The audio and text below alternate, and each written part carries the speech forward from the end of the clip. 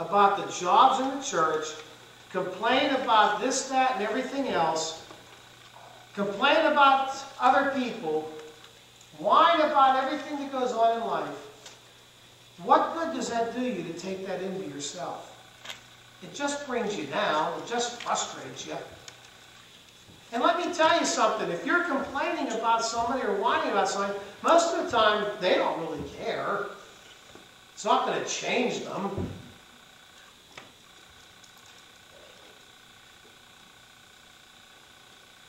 And it's sad because sometimes we gripe and complain about the silliest things. We complain because we don't have the right color offering plates. Somewhere in this country, somebody has no doubt complained about the offering plate they have in their church. Somebody's complained about the color of the church carpeting. Somebody has complained about the color of the bathroom stall or the new blue toilet that was installed in the men's room and the pink ones in the ladies' room. It's silliness so oftentimes. It really is. You know, if we would quit complaining and whining about the tiniest things and start being more upbeat and positive, do you realize we'd be a lot happier ourselves? If you get up in the morning and the first thing you think is, oh my gosh, I got to go to that place and work again. What kind of day do you think you're going to have?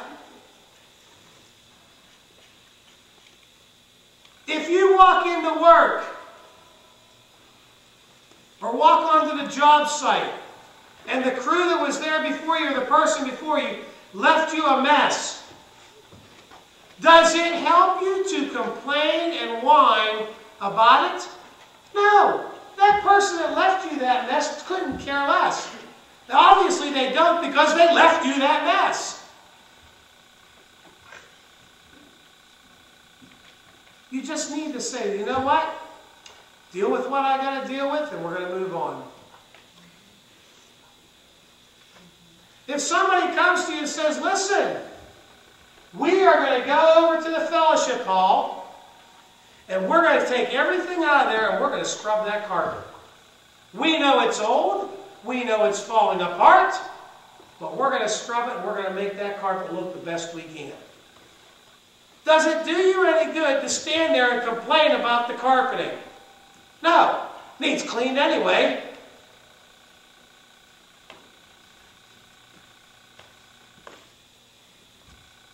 You see, we need to serve the Lord with gladness. We need to be a happy people. We need to let the joy return to our lives.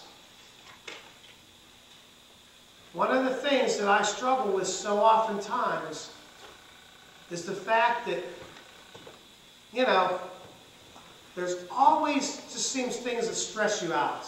And I won't go much further. But anyway, but I've realized that those things that seem to stress me out, I can't do anything about anyway, for the most part. So why let it go on and stress me out? I need to just let it run off my back like a duck and move forward.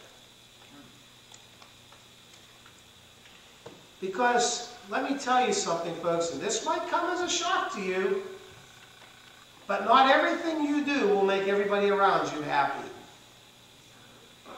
Not everything I do as a husband will please my wife.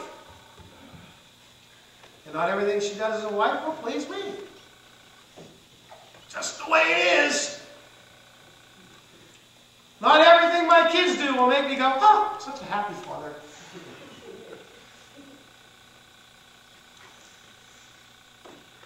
They will do things that will frustrate me to no end. But if I run around to 10 people and complain about something my kid did, 9 of them are going to be like, oh, that's too bad. As soon as they walk away, they go, whatever.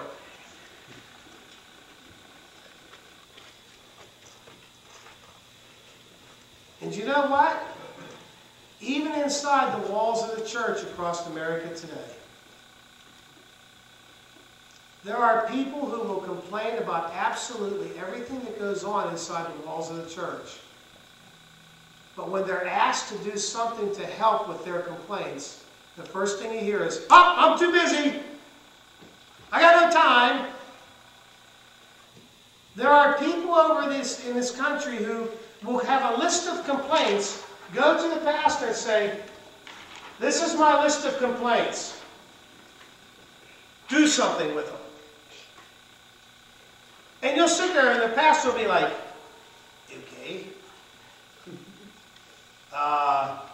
And on the back, pastor, is a list of people that I have complaints about. Do something with them too. For that person, Sister Bertha doesn't wear the right color blue jeans to church. I wish she'd wear green ones, not blue ones. Would you do something about that?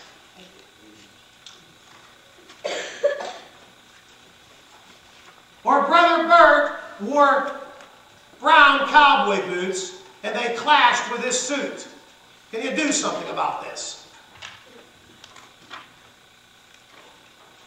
Or Fred's kid didn't flush the toilet when he was done last week. Could you do something about it? Silliness. Silliness. And yet, there are people like that in churches across this country, and it's destroying the church. Because it's causing so much frustration and hurt, and it's silly little things.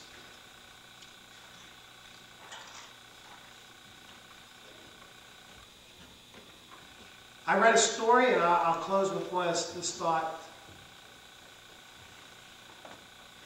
Years ago, there was a pastor who was shaking hands at the back of his church Sunday after Sunday. And every week, somebody would come by him and give a complaint about somebody in the church. Different people, different times. Or they'd complain about something going on in the church. Or they would complain about something that had something to do with the church itself. Whether the pews weren't the right color or whatever. So he got a book. And he figured that he was going to straighten out one of the things. And when it came to them, people were complaining about other people. He would get the book out and he'd say, "Okay, today is this date. I want you to put your name, the date, and your complaint about that person in the book. And then sign it underneath. And then this week I'm going to go to that person. I'm going to say, this is the book, and this is their signature and the date that they complained to me, and this is what they said. And I'll get it straightened out for you." He said 20 years later went by, or X amount of years later went by. I can't remember the length. But you know, it's amazing. He carried that same book, and nobody ever put a thing in that book. You see, one of the things that we really need to realize is the fact that inside of us, we all have things that we would like to see different. We would like to see changed. We all have things with other people we'd like to see different. But to hold that inside doesn't do any good.